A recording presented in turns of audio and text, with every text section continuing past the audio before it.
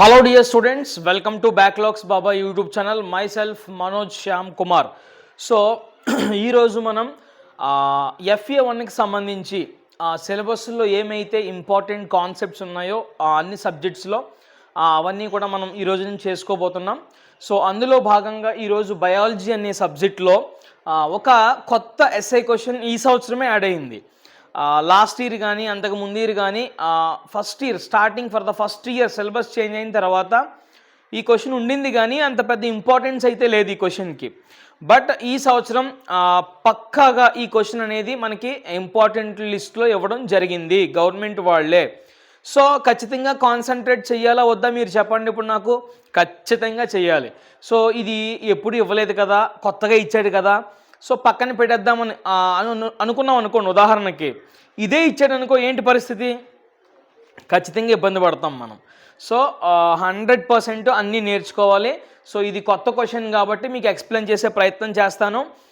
Trust me, జాగ్రత్తగా వినండి. వినేటప్పుడు ఎక్కడా కూడా మీరు కాన్సన్ట్రేషన్ మిస్ అవ్వకుండా మీ మీ ఫుల్ ఎఫర్ట్ అంతా కూడా పెట్టి ఎవరిని పట్టించుకోకుండా ఒక నోట్స్ మంచిగా దగ్గర పెట్టుకుని వీడియో వినండి. మొత్తం త్రూఅవుట్ మొత్తం అంతా కూడా వినండి. 100% నేను చెప్తున్నాను, ట్రస్ట్ మీ. మీరు మళ్ళీ ఇది చదవక్కర్ లేకుండా మీరు చూడకుండా మీరే రాసేస్తారు నా ఎక్స్ప్లెనేషన్ వినిన తర్వాత. అంత చక్కగా వివరిస్తాను, మీరు కూడా అంతే చక్కగా వినండి. అర్థమవుతుందా? నా సైడ్ నుంచి మంచిగా రావడమే కాదు, మీ సైడ్ నుంచి కూడా వినడం మంచిగా ఉండాలి.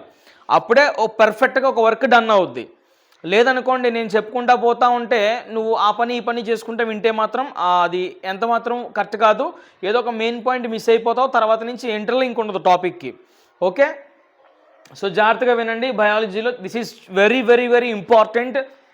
Subscribe and experiment that proves fermentation in yeast, లేదా ఈస్ట్లో జరిగే ఫెర్మెంటేషన్ ప్రాసెస్ గురించి ఎక్స్ప్లెయిన్ చేయండి అని అడుగుతాడు, లేదా యాక్టివిటీ రూపంలో. సో చూడండి జాగ్రత్తగా. డిస్క్రైబ్ అండ్ ఎక్స్పెరిమెంట్, ఒక ఎక్స్పెరిమెంట్ మీరు చేయండి. And proves fermentation in yeast, ఈస్ట్లో ఫెర్మెంటేషన్ ఎలా జరుగుతుంది అనేది మనము 100% ఒక యాక్టివిటీ రూపంలో మనం రాయాలన్నమాట. సో వెళ్ళిపోతాం. యాక్టివిటీ అనగానే మనకు అందరికీ గుర్తొస్తుంది ఏం రాయాలి, ఆపరేటర్స్ రాయాలి, ప్రొసీజర్ రాయాలి, ఇంకా రాసుకుంటే అబ్జర్వేషన్ రాసుకోవచ్చు, ఇన్ఫరెన్స్ రాసుకోవచ్చు, కన్క్లూజన్, ఇలా అన్నీ రాయొచ్చు. యాక్టివిటీ అనేసరికి మనకి ఇవన్నీ కూడా గుర్తొస్తాయి.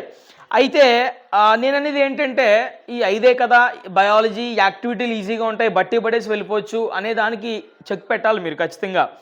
ఎందుకంటే ఇన్నాళ్ళలాగా బట్టి పడేసి వెళ్ళిపోతే కనుక అది మనకి ఎంత మాత్రమూ కూడా వర్కౌట్ అవ్వదు. సో తర్వాత ఫర్దర్ ఎడ్యుకేషన్లో కూడా ఈ నాలెడ్జ్ లేకుండా మనం పోతే చాలా ఇబ్బందులు పడుతున్నారు స్టూడెంట్స్. అటు నీట్ రాయాలన్నా, జేఈ అడ్వాన్స్లు, మెయిన్స్ రాయాలన్నా కూడా ఈ 10th క్లాస్లో ఉండే బేసిక్ కాన్సెప్ట్ నేర్చుకోకుండా, అర్థం చేసుకోకుండా మీరు వెళ్తే మళ్ళీ అక్కడ స్టార్టింగ్ నుంచి చదవాలి, స్టార్టింగ్ నుంచి నేర్చుకోవాలి. అక్కడ ఏం చెప్పరు, ఇది మీకు తెలుసు కదమ్మా 10th క్లాస్లో నేర్చుకున్నారు కదా అంటారు. మనం చూస్తే 10th క్లాస్లో నేర్చుకోం, బట్టి వెళ్ళిపోతాం. అలా బట్టి విధానం కాకుండా నీట్గా ప్రతి పదానికి అర్థం తెలుసుకుంటూ నీట్గా ఎక్స్ప్లెయిన్ చేస్తే చాలా జాగ్రత్తగా వినండి. సో ఫెర్మెంటేషన్ అనే పదం ఒకటి కొత్తగా కనిపిస్తుంది మనకి. రెండోది ఈస్ట్ అనే పదం కూడా రెండోది కొత్తగా కనిపిస్తుంది. మేబీ చాలామందికి తెలిసి ఉండొచ్చు, అండ్ అంతే మందికి తెలియకుండా కూడా ఉండొచ్చు. 100% నేను చెప్పగలను. అది ఈస్ట్ అంటే చాలామంది తెల్ల ముఖాలు వేసుకొని చూస్తారు. ఏంటంటే ఫెర్మెంటేషన్ అంటే ఇంకా సాధ్యమైనంత వరకు ఒక 70 నుంచి 80% మందికి ఎవరికి తెలియదు ఈస్ట్ ఫెర్మెంటేషన్ ప్రాసెస్ అంటే ఏంటో. సో లెట్ మీ ఎక్స్ప్లెయిన్, నేను ఎక్స్ప్లెయిన్ చేయనివ్వండి జాగ్రత్తగా. చూడండి, ఫెర్మెంటేషన్ అంటే ఏంటి? ఫస్ట్ ఆఫ్ ఆల్ ఫెర్మెంటేషన్ అంటే ఏంటి? So fermentation is a process in which yeast converts sugar into alcohol and CO2. ఓకేనా? ఇక్కడ షుగర్ అనేది ఆల్కహాల్గా అండ్ CO2గా కన్వర్ట్ అవ్వడాన్నే ఏమంటాము? ఫెర్మెంటేషన్ అంటాము. అర్థమైంది? అర్థం కాలేదా? సో జాగ్రత్తగా వినాలి. ఇక్కడ మళ్ళీ ఇంకో పాయింట్ ఏంటి? In the absence of O2, in the absence of O2. So కంగారు పడొద్దు, ఇంకా మీకు పూర్తిగా అర్థం కాకపోవచ్చు, నేను ఎక్స్ప్లెయిన్ చేస్తాను, మీరు don't worry. O2 in the absence of O2 అన్నాడు. ఓకే, O2 ఆబ్సెంట్ అయింది అంటే ఇప్పుడు నేను మిమ్మల్ని క్వశ్చన్ అడుగుతున్నాను, ఎయిరోబిక్కా ఎనరోబిక్కా? ఆక్సిజన్ అనేది ఆబ్సెంట్ అయింది, ల్యాక్ ఆఫ్ ఆక్సిజన్, అక్కడ ఆక్సిజన్ అనేది ఆబ్సెంట్ అయింది. అది ఎయిరోబిక్కా ఎనరోబికా? సెల్ఫ్ టెస్ట్ చేసుకోండి ఎంతవరకు తెలుసో. ఇదే నాలెడ్జ్ అంటే, ఇదే సబ్జెక్ట్ అంటే ఇదే, ఇంతకు మించి ఏం కాదు. ఎయిరో నేను చెప్తాను, ఒకవేళ మీకు తెలిస్తే కనుక 100% వెరీ గుడ్, నేను అప్రిషియేట్ చేస్తున్నాను మీ అందరినీ కూడా. బట్ తెలియకపోతే ఇప్పుడు తెలుసుకోండి. ఎయిరోబిక్, ఎయిర్లో ఏముంటుంది? ఆక్సిజన్. సో ఎయిరోబిక్ రెస్పిరేషన్లో కూడా ఆక్సిజన్ అవసరం, గుర్తుపెట్టుకోండి. ఎనరోబిక్, నో ఆక్సిజన్ అవసరం లేదు ఇక్కడ. ఎనరోబిక్లో ఆక్సిజన్ అవసరం లేదు. సో ఆక్సిజన్ లేకుండా ఎనరోబిక్ రెస్పిరేషన్ జరుగుతుంది, ఆక్సిజన్ ఉంటేనే ఎయిరోబిక్ రెస్పిరేషన్ జరుగుతుంది. బాగా గుర్తుపెట్టుకోండి. ఎయిర్, నో, ఓకేనా? అలా గుర్తుపెట్టుకోండి. ఇప్పుడు ఆక్సిజన్ అనేది లేకుండా ఈస్ట్ అనేది ఏంటో మాకు చెప్పలేదు కదా మీరు, కంగారు పడదు. నెక్స్ట్ ఈస్ట్ గురించి ఎక్స్ప్లెయిన్ చేస్తాను. జస్ట్ ఇమాజిన్, ఈస్ట్ అంటే సింపుల్గా చెప్పాలంటే single celled micro organism. So east అనేది ఒక మైక్రో ఆర్గానిజం, ఒక సూక్ష్మ జీవి అది ఈస్ట్ అనేది. ఈ ఈస్ట్ ఏం చేస్తుందంట? షుగర్ ఏదైతే ఉందో ఈ షుగర్ని ఆల్కహాల్గా మారుస్తుంది, ఈ షుగర్ని CO2గా మారుస్తుంది. సో ఈ ఈస్ట్ అనేది షుగర్ని ఆల్కహాల్గా మరియు CO2గా కన్వర్ట్ చేయడాన్నే, ఆక్సిజన్ సమక్షంలోనా ఆక్సిజన్ లేకుండానా? అంటే ఇన్ ద ప్రెజెన్స్ ఆఫ్ ఆక్సిజనా లేదంటే ల్యాక్ ఆఫ్ ఆక్సిజనా? Lack of oxygen. ఆక్సిజన్ అవసరం లేకుండానే ఈస్ట్ అనేది షుగర్ని ఆల్కహాల్గా అండ్ CO2గా కన్వర్ట్ చేస్తుంది. అలా కన్వర్ట్ చేయడాన్నే ఫెర్మెంటేషన్ అంటాము. సింపుల్గా fermentation is the process in which east converts sugar into alcohol and CO2 in the absence of oxygen. అర్థమైంది అనుకుంటున్నాను నేను అందరికీ కూడా. ఆక్సిజన్ లేకుండా, ఆక్సిజన్ అస్సలు అవసరం లేదు. ఫెర్మెంటేషన్ అనే ప్రాసెస్కి ఆక్సిజన్ అవసరమా లేదా అని అడుగుతారు. ఖచ్చితంగా మనం నో అని పెట్టొచ్చు. ఆక్సిజన్ అవసరమే లేదు ఫెర్మెంటేషన్ ప్రాసెస్కి. ఆక్సిజన్ లేకుండా ఈస్ట్ అంటే ఏంటి సార్?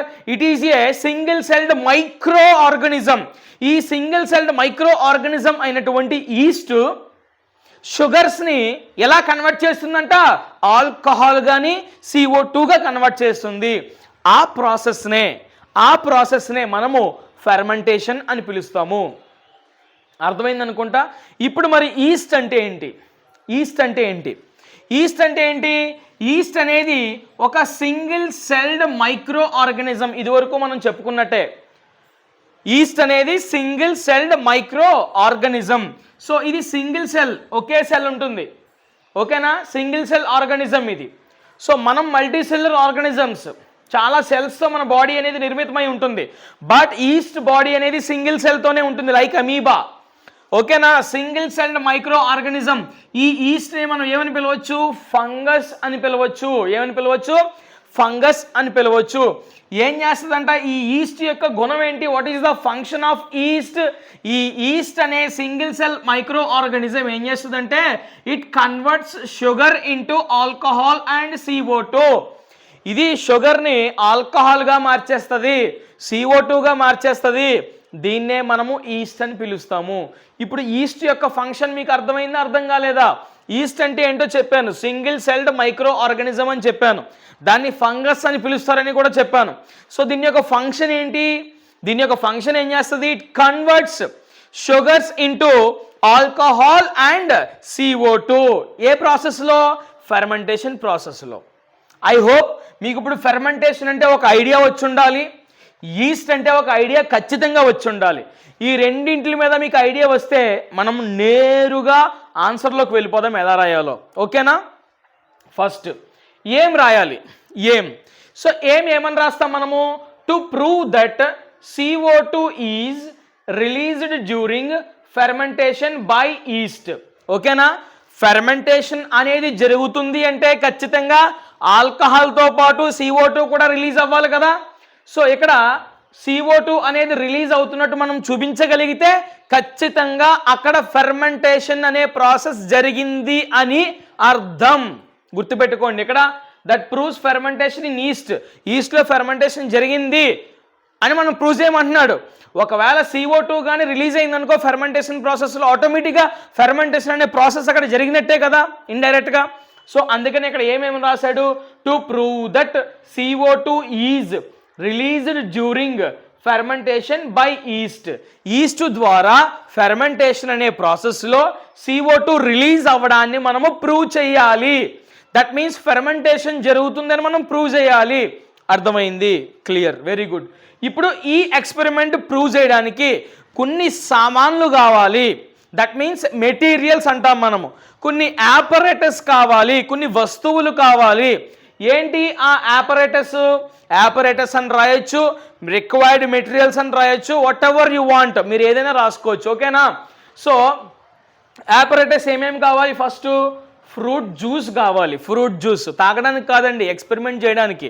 సో ఫ్రూట్ జ్యూస్, లేదా ఫ్రూట్ జ్యూస్ లేని పక్షంలో గ్లూకోజ్ సొల్యూషన్ అయినా కూడా మనం వాడచ్చు. ఎందుకంటే ఫ్రూట్ జ్యూస్లో షుగర్ ఉంటుంది, గ్లూకోజ్ సొల్యూషన్లో కూడా షుగర్ ఉంటుంది. మనకి ఫ్రూట్స్ గ్లూకోజ్ కాదు కావాల్సింది, అందులో ఉండే షుగర్ కాంటెంట్ కావాలి. అందుకనే అయితే తీసుకుంటే ఫ్రూట్ జ్యూస్ తీసుకోవాలి, లేదంటే గ్లూకోజ్ సొల్యూషన్ తీసుకోవాలి. ఎందుకు? షుగర్ కోసం. ఓకేనా? సో ఫస్ట్ ఫ్రూట్ జ్యూస్ తీసుకుంటాం, instead of that glucose solution కూడా తీసుకోవచ్చు మనం. ఓకేనా? నెక్స్ట్ ఈస్ట్ తీసుకోవాలి. ఈస్ట్ అంటే సింగిల్ సెల్డ్ మైక్రో ఆర్గానిజం అని చెప్పాను కదా, ఈస్ట్ తీసుకోవాలి. ఈస్ట్ ఖచ్చితంగా ఉండాలి మనకి. నెక్స్ట్ టెస్ట్ ట్యూబ్ ఉండాలి. టెస్ట్ ట్యూబ్ ఉండాలి. తర్వాత 1 హోల్డ్ కార్క్. సో కార్క్ అనేది మూత వేయడానికి ఉపయోగిస్తారు. అది ఒకే ఒక కన్నం ఉండాలి దానికి. ఓకేనా? ఎందుకంటే ట్యూబ్ పెట్టడానికి. సో 1 హోల్డ్ కార్క్ అనేది ఖచ్చితంగా కావాలి ఎక్స్పెరిమెంట్ చేయడానికి. ఇంకేం కావాలి? Bent glass tube. ఒక గ్లాస్ ట్యూబ్ కావాలి, అది బెంట్ అవ్వాలి, అంటే వంపుగా ఉండాలన్నమాట ఆ గ్లాస్ ట్యూబ్ అనేది, అది కూడా కావాలి. Next test tube containing lime water. ఇంకో టెస్ట్ ట్యూబ్ కావాలి, ఆ టెస్ట్ ట్యూబ్లో లైమ్ వాటర్ అనేది ఉండాలి. అర్థమైంది? అర్థం కాలేదా? నెక్స్ట్ ఆయిల్ లేయర్, ఆయిల్ కూడా కావాలి. ఇవి మనకు కావాల్సినటువంటి రిక్వైర్డ్ మెటీరియల్స్. మళ్ళీ ఒకసారి చెప్తున్నా, ఫ్రూట్ జ్యూస్ లేకపోతే glucose solution, yeast, test tube, 1 holed cork, నాతో పాటు మీరు కూడా చెప్పాలి, bent glass tube, test tube containing lime water and oil layer. ఓకేనా? సో లైమ్ వాటర్ని మనము కాల్షియం హైడ్రాక్సైడ్ CaOH ట్వైస్ అని కూడా మనం పిలుస్తాం. అది మాట్లాడదాం మధ్యలో. సో ఇప్పుడు ప్రొసీజర్ స్టార్ట్ చేద్దామా? సో ఇప్పుడు మనం యాక్టివిటీ స్టార్ట్ చేసుకోబోతున్నాం. దయచేసి జాగ్రత్తగా వినాలి. ఓకేనా? సో మీరే రియల్గా మీ రియల్ లైఫ్లో నిజంగానే ఒక ఎక్స్పెరిమెంట్ చేస్తున్నంత ఇంట్రెస్ట్తో ఎక్సైట్మెంట్తో మీరు వినాలి. వింటే అది ఖచ్చితంగా మీకు బ్రెయిన్లోకి వెళ్ళిపోద్ది. ఓకే, ఒకసారి ఓకే, ఓన్లీ వన్స్ ఫసాక్ అనమాట. ఇంకా డైరెక్ట్గా వెళ్ళిపోద్ది, ఇంక మళ్ళీ చదవాల్సిన పనే ఉండదు. ఒక్కసారి కాన్సెప్ట్ని జాగ్రత్తగా వినండి. ఫస్ట్ది, take a test tube and pour fruit juice in it. ఒక టెస్ట్ ట్యూబ్ తీసుకోమన్నాడు. ఇదిగో తీసుకున్నాను టెస్ట్ ట్యూబ్. అందులో ఏం పోయమన్నాడు? ఫ్రూట్ జ్యూస్ పోయమన్నాడు. ఫ్రూట్ జ్యూస్ లేదు సార్ నా దగ్గర, షాప్స్ అన్నీ కట్టేశాడు, ఎక్కడా కూడా ఫ్రూట్ జ్యూస్ లేదు. అయితే గ్లూకోజ్ సొల్యూషన్ వేయి. ఏం పోయింది? దాని బదులు అది కూడా వేసుకోవచ్చు. ఇదిగో గ్రీన్ కలర్లో ఏదైతే ఉందో, ఇక్కడ ఈ టెస్ట్ ట్యూబ్ తీసుకోమన్నాడు, అందులో గ్లూకోజ్ సొల్యూషన్ వేయమన్నాడు. ఈ గ్రీన్ కలర్లో ఉండేదంతా కూడా ఇదిగో గ్లూకోజ్ సొల్యూషన్. ఎస్, అది చెప్పినట్టు చేశాను ఖచ్చితంగా. ఫస్ట్ పాయింట్ క్లియర్ అయిపోయింది. రెండో point, add east to the solution and mix gently. Add east to the solution. నువ్వు ఒక టెస్ట్ ట్యూబ్ తీసుకున్నావా, ఆ టెస్ట్ ట్యూబ్లో గ్లూకోజ్ సొల్యూషన్ వేసావా, ఇప్పుడు అదే టెస్ట్ ట్యూబ్లో ఆ గ్లూకోజ్ సొల్యూషన్లో ఇంకేం యాడ్ చేయమంటున్నాడు మనల్ని? ఈస్ట్ అనేది యాడ్ చేయమంటున్నాడు. ఇదిగో ఇందులో మిక్స్ అయిపోయి ఉంది. ఏంటి మిక్స్ అయిపోయి ఉంది? ఈస్ట్. ఇప్పుడు ఈస్ట్ గ్లూకోజ్ సొల్యూషన్ రెండు కలిసిపోయి ఉన్నాయి. ఇప్పుడు ఏం చేయమంటున్నాడు దాన్ని? ఇదిగో ఏం చేయమంటున్నాడు ఒకసారి చూడండి జాగ్రత్తగా. Mix gently. దాన్ని ఫుల్గా ఏం చేసేయాలి? మిక్స్ చేసేయాలి, కలిపేయాలి. గొడ అని చెప్పేసి మొత్తం కలిపేయాలి. సో మంచిగా కలిపేసి అలా పెట్టేశాను. నెక్స్ట్ ఏం చేయాలి? సో వాడు చెప్పినట్టుగానే ఈస్ట్ కూడా యాడ్ చేశాను నేను. వాడు చెప్పినట్టు జెంట్లీ మిక్స్ చేశాను ఫుల్గా. ఓకేనా? నెక్స్ట్ ఏం చేయమన్నాడు? Pour a thin layer of oil over the solution to prevent air, లేదా ఎయిర్ అంటే O2 oxygen, from entering, creating anaerobic condition. ఇది కొంచెం కష్టంగా ఉన్నట్టు అనిపించినప్పుడు కూడా చాలా ఈజీ, ఏం కాదు ఇది. చూడండి ఒకసారి.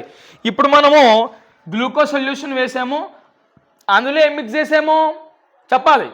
ఈస్ట్ మిక్స్ చేసాము. మిక్స్ చేసి జెంట్లుగా దీనిపైన రెడ్ కలర్లో చూసారా, ఆయిల్ వేసేయాలన్నమాట. దానిపైన ఆయిల్ లేయర్ ఉంది కదా, ఆయిల్ వేస్తే దాని మీద ఆయిల్ అనేది అలాగే ఇందులో మిక్స్ అవ్వదు, దీనిపైన పొరలాగా ఒక లేయర్ లాగా ఏర్పడుతుంది. ఎందుకు సార్ ఆయిల్ వేయాలి మనం?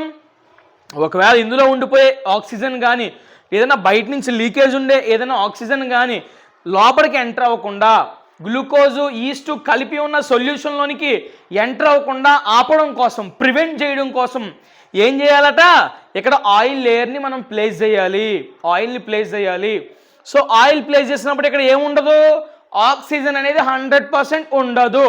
ఆక్సిజన్ లేకపోతే అక్కడ ఏ కండిషన్ ఉన్నట్టు, ఎయిరోబిక్కా ఎనరోబిక్కా? నో నో నో, ఆక్సిజన్ లేదు కాబట్టి నో, ఎనరోబిక్. ఓకేనా, అర్థమైంది అర్థం కాలేదా? ఇప్పుడు ఇక్కడ అంతా కూడా ఎనరోబిక్ కండిషన్ ఉంది. ఎస్, వాడు చెప్పినట్టుగా 3వ పాయింట్ కూడా సక్సెస్ఫుల్గా కంప్లీట్ చేశాను. బస్ నెక్స్ట్ 4th పాయింట్ చూద్దాం. Close the test tube tightly with single hold cork. ఇదిగో 1 హోల్డ్ కార్క్ అని తీసుకున్నాం కదా. సో ఏం చేయమంటున్నాడు, అరే బాబు ఇప్పుడు నువ్వు దాంట్లో గ్లూకోజ్ సొల్యూషన్ పోసావు, అందులో ఈస్ట్ వేసి శుభ్రంగా మజ్జిగ గిలకరించినట్టు గిలకరించేసావు, దానిపైన ఆయిల్ వేసావు కదా.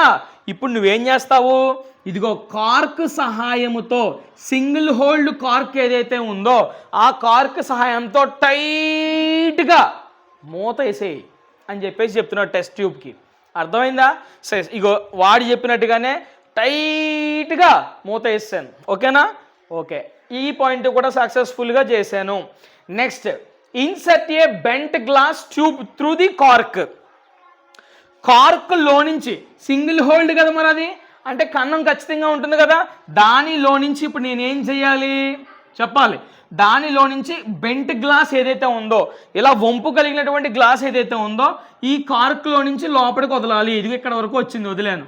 ఎస్, వాడు చెప్పినట్టుగానే చేశాను, ఒక్క మాట కూడా తప్పట్లేదు. నేను 100% వీడు చెప్పినట్టు చేసుకుంటూ పోతున్నా. ఓకేనా? Next 6th point, dip the other end of the glass tube into another test tube containing lime water. ఇక్కడ ఈ టెస్ట్ ట్యూబ్ గురించి మనం మాట్లాడాం, ఆ పక్కన ఇంకో టెస్ట్ ట్యూబ్ తీసుకున్నాం. ఆ టెస్ట్ ట్యూబ్లో బ్లూ కలర్లో ఉంది కదా సొల్యూషన్, అదంతా కూడా లైమ్ వాటర్ సొల్యూషన్. ఏంటది? Lime water. ఏంటది? Lime water. జాగ్రత్తగా గమనించాలి, లైమ్ వాటర్ CaOH ట్వైస్ అంటాం మనము కెమికల్ లాంగ్వేజ్లో. లైమ్ వాటర్ని CaOH ట్వైస్ కెమికల్ ఫార్ములా అది. ఓకేనా? ఇప్పుడు ఇక్కడ కార్క్ దగ్గర మనం ఈ బెంట్ గ్లాస్ ట్యూబ్ ఫిట్ చేసాం కదా, దీని యొక్క ఇంకొక వైపు ఇదిగో ఈ టెస్ట్ ట్యూబ్కి కనెక్షన్ ఇవ్వండి అని చెప్పేసి చెప్తున్నాడు. ఇంకొక వైపు ఈ టెస్ట్ ట్యూబ్కి కనెక్షన్ ఇవ్వమని చెప్తున్నాడు. ఇదిగో వాడు చెప్పినట్టుగానే నీట్గా ఈ టెస్ట్ ట్యూబ్లో కూడా ఒక బెంట్ గ్లాస్ దింపేశాను. ఓకేనా? అయిపోయింది. నెక్స్ట్ ఏం చేయమన్నాడు చూడండి ఒకసారి ఇక్కడ, leave the setup undisturbed for some time.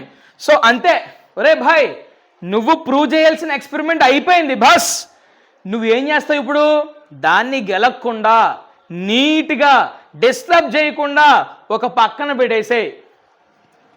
ఇదిగో పక్కన పెట్టేసాను, నాకు సంబంధం లేదు, దానికి నాకు సంబంధం లేదు. ఓకేనా? అయిపోయింది. ఇప్పుడు కాసేపు తర్వాత నేను ఏదైతే ఈ ఆపరేటర్స్ మొత్తం పక్కన పెట్టేసానో దీన్ని నేను అబ్జర్వ్ చేస్తే ఏం జరుగుతుందో ఒక్కసారి గమనిద్దామా? సో అంటే ఇక్కడ నేను విజువలైజేషన్ ఇవ్వలేకపోతున్నాను, ఒకే డయాగ్రామ్ ఉంది కాబట్టి, బట్ మీరు పిక్చరైజ్ చేసుకోండి. నేను చెప్పే ప్రతి మాట కూడా ఒక వీడియో రూపంలో మీరు ఏం జరుగుతుందో ఒకసారి మీరు పిక్చరైజ్ చేసుకోండి. ఓకేనా? సో కాసేపు పెట్టేసాను పక్కన డిస్టర్బ్ చేయకుండా. ఇప్పుడు కాసేపు తర్వాత వచ్చి చూశాను అనమాట. సో నెమ్మదిగా నేను బయటకు పోయాను, దాన్ని పక్కన పెట్టేశాను. ఇప్పుడు నెమ్మదిగా వస్తున్నాను దాని దగ్గరికి, నేను అబ్జర్వ్ చేస్తున్నాను. ఏం జరిగిందో తెలుసా మీకు? ఇప్పుడు చూద్దాం ఏం జరిగిందో. First point, so bubbles are produced into the yeast solution. ఈ ఈస్ట్ సొల్యూషన్ ఉంది కదా, ఈ ఈస్ట్ సొల్యూషన్ నుంచి ఏమొస్తున్నాయంట, బబుల్స్ వస్తున్నాయంట. బొగ్గలు వస్తున్నాయనా? సో బొగ్గలు వస్తున్నాయంట ఎక్కడి నుంచి? ఈస్ట్ సొల్యూషన్లో నుంచి బబుల్స్ వస్తున్నాయి, బుడగలు. The bubbles pass through the glass tube into the lime water. ఈ బబుల్స్ ఏదైతే ఉన్నాయో ఇక్కడ ఆల్రెడీ ఉంది కదా, మనము బెంట్ గ్లాస్ కనెక్ట్ చేసాం, దీని నుంచి నెమ్మదిగా ఎక్కడికి పోతున్నాయంట, ఇదిగో ఇలా ఇలా ఇలా ఇలా ఇలా పాస్ చేసుకుంటే ఎక్కడికి పోతున్నాయి, లైమ్ వాటర్లోకి పోయాయంట. ఏమయ్యాయి? లైమ్ వాటర్లోకి పోయాయి. మీకు ఒక విషయం చెప్పనా, లైమ్ వాటర్ ఎప్పుడైతే లైమ్ వాటర్ ఎప్పుడైతే ఆక్సిజన్తో రియాక్ట్ అవుతుందో, లైమ్ వాటర్ ఎప్పుడైతే ఆక్సిజన్తో రియాక్ట్ అవుతుందో లైమ్ వాటర్ కాస్త మిల్కీ వైట్గా మారిపోతుంది, తెల్లగా ఆ సొల్యూషన్ అంతా కూడా మారిపోతుంది. అర్థమైందా, అర్థం కాలేదా? సో అలాంటి గుణం కలిగి ఉన్నది CO2. ఇంతకీ ఈ బబుల్స్ వస్తున్నాయి కదా, ఏంటి బబులు, ఏం జరిగింది? ఈస్ట్ వెళ్ళింది లోపలికి, ఆల్రెడీ మిక్స్ చేసాం, జెంట్లీ మిక్స్ చేసిన తర్వాత అందులో ఏముంది, గ్లూకోజ్ సొల్యూషన్ ఉంది.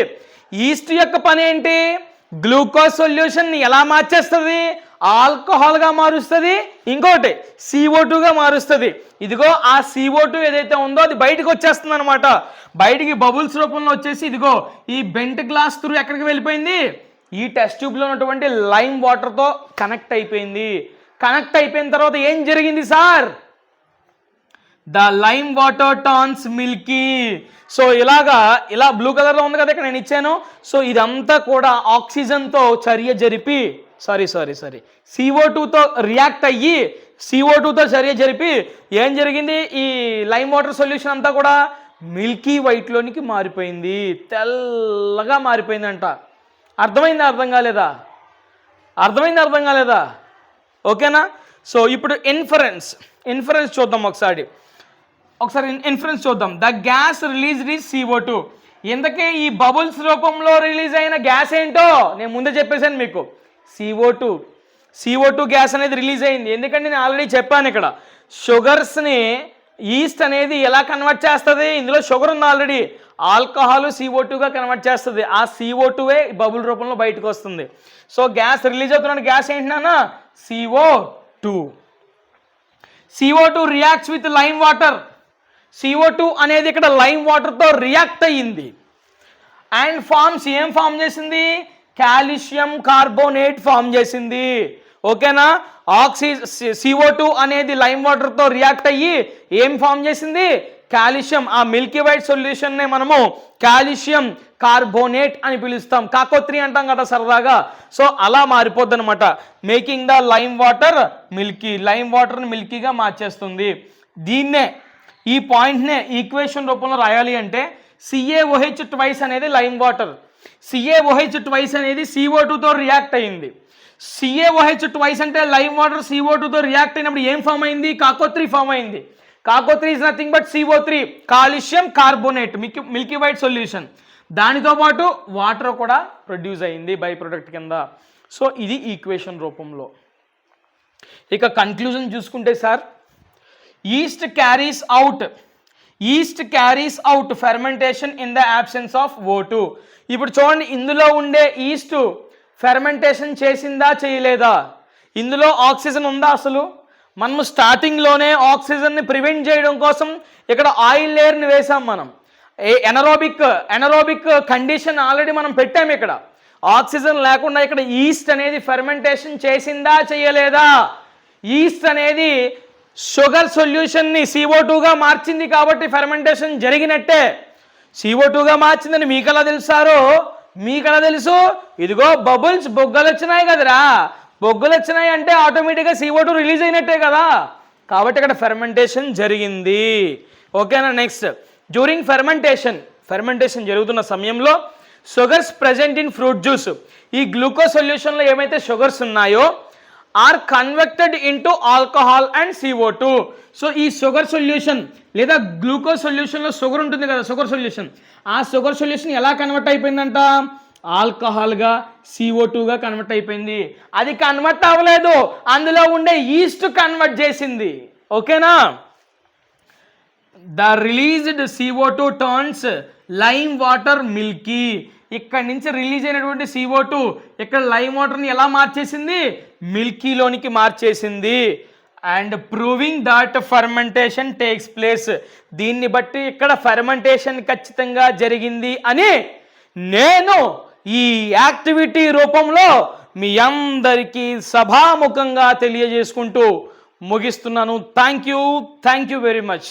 ఒకవేళ మీకు ఈ ఎక్స్ప్లెనేషన్ నచ్చింది, బాగా అర్థమైంది అని అనుకుంటే సబ్స్క్రైబ్ చేసుకోండి, వీడియోని లైక్ చేయండి.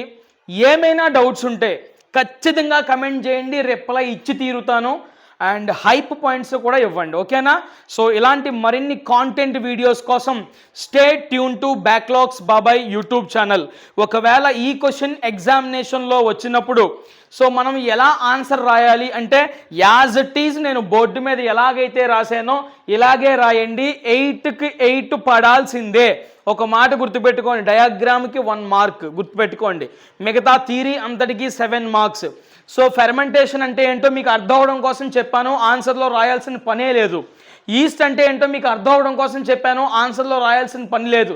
ఈ రెండు మినహాయించి ఫస్ట్ ఏం రాస్తావు, ఆపరేటర్స్ రాస్తావు, ప్రొసీజర్ మొత్తం 7 పాయింట్లు రాస్తావు, అబ్జర్వేషన్ రాసి, ఇన్ఫరెన్స్ రాసి, కన్క్లూజన్ రాస్తే అయిపోయే. సార్ నేను స్లో లెర్నర్ని సారు, నేను ఎంత మ్యాటర్ రాయలేను అంటే నీకు ఏం అర్థమైందో అది రాసిపడే, no problem. So main points అన్నీ కూడా ఇంక్లూడ్ అయ్యేలా చూసుకో, ఓకేనా? So thank you very much, మళ్ళీ కలుస్తాం.